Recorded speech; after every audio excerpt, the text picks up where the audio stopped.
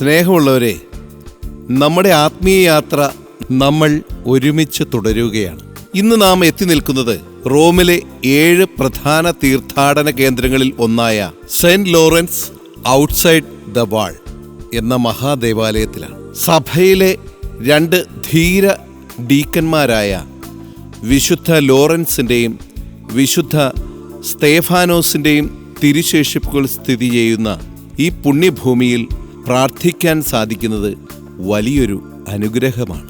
4-ാം നൂറ്റാണ്ടിൽ കോൺസ്റ്റന്റൈൻ ചക്രവർത്തിയാണ് ഇവിടെ ആദ്യമായി ഒരു ചെറിയ ദേവാലയം പണിയുന്നത്. പിന്നീട് 6-ാം നൂറ്റാണ്ടിലും 13-ാം നൂറ്റാണ്ടിലുമായി വിവിധ ഭാഗങ്ങൾ ഇതിനോടൊപ്പം നിർമ്മിക്കപ്പെട്ടു. 13-ാം നൂറ്റാണ്ടിൽ ഹൊണോറിയസ് 3-ാമൻ മാർപ്പാപ്പയാണ് ഈ നിർമ്മിതികളെല്ലാം കൂട്ടിയിണക്കി ഒരൊറ്റ വലിയ മൈനർ ബസിലിക്കയാക്കി മാറ്റിയത്. 1943 ജൂലൈ 19-നുണ്ടായ ബോംബാക്രമണത്തിൽ ബസിലിക്കയ്ക്ക് വലിയ തോതിൽ കേടുപാടുകൾ സംഭവിച്ചു.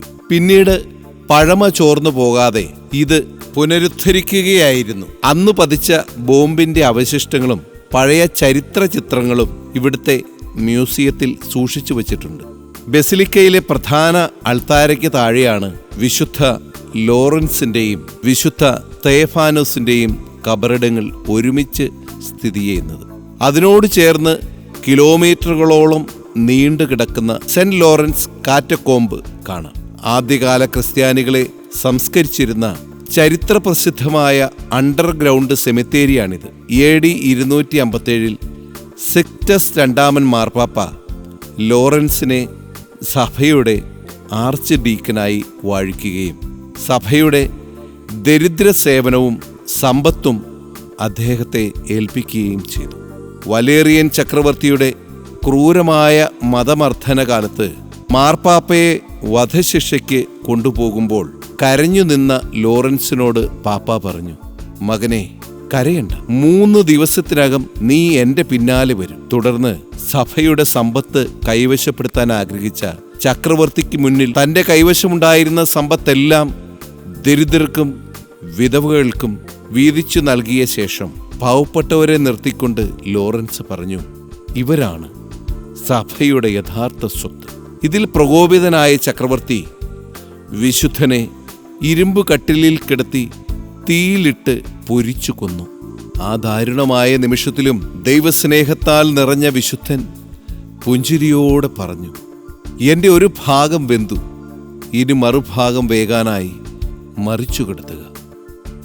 അപ്പസ്തോല പ്രവർത്തനങ്ങളിൽ പ്രതിപാദിക്കുന്ന സഭയിലെ ആദ്യത്തെ രക്തസാക്ഷിയാണ് വിശുദ്ധ സ്തേഫാനോസ്.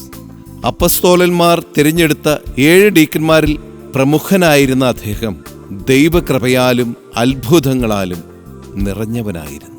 വൈരികൾ അവനെ കല്ലെറിഞ്ഞു കൊല്ലുമ്പോൾ തന്നെ ക്രൂരമായി പീഡിപ്പിക്കുന്നവർക്ക് വേണ്ടി മുട്ടുകുത്തി നിന്നുകൊണ്ട് അവൻ ദൈവത്തോട് പ്രാർത്ഥിച്ചു, കർത്താവേ, ഈ പാപം ഇവരുടെ മേൽ ആരോപിക്കരുതേ. ശത്രുക്കളോട് ക്ഷമിക്കാനുള്ള ഈശോയുടെ കുരിശിലെ പ്രാർത്ഥന സ്വന്തം ജീവിതത്തിൽ പകർത്തിയ ധീരനായ ദൈവദാസനായിരുന്നു സ്തേഫാനോസ്. അൻറോണിയാനം യൂണിവേഴ്സിറ്റിയിലെ വൈദികർക്കും സിസ്റ്റേഴ്സിനുമൊപ്പം നടത്തിയ ഈ പദയാത്ര ആത്മീയമായി ഏറെ സംതൃപ്തി നൽകുന്നതായിരുന്നു. സഭയുടെ വിശ്വാസത്തിനു വേണ്ടി ജീവൻ തൃണവൽക്കരിച്ച 2 മഹാത്മാക്കളുടെ തിരുമുമ്പിൽ നമുക്കും പ്രാർത്ഥിക്കാം.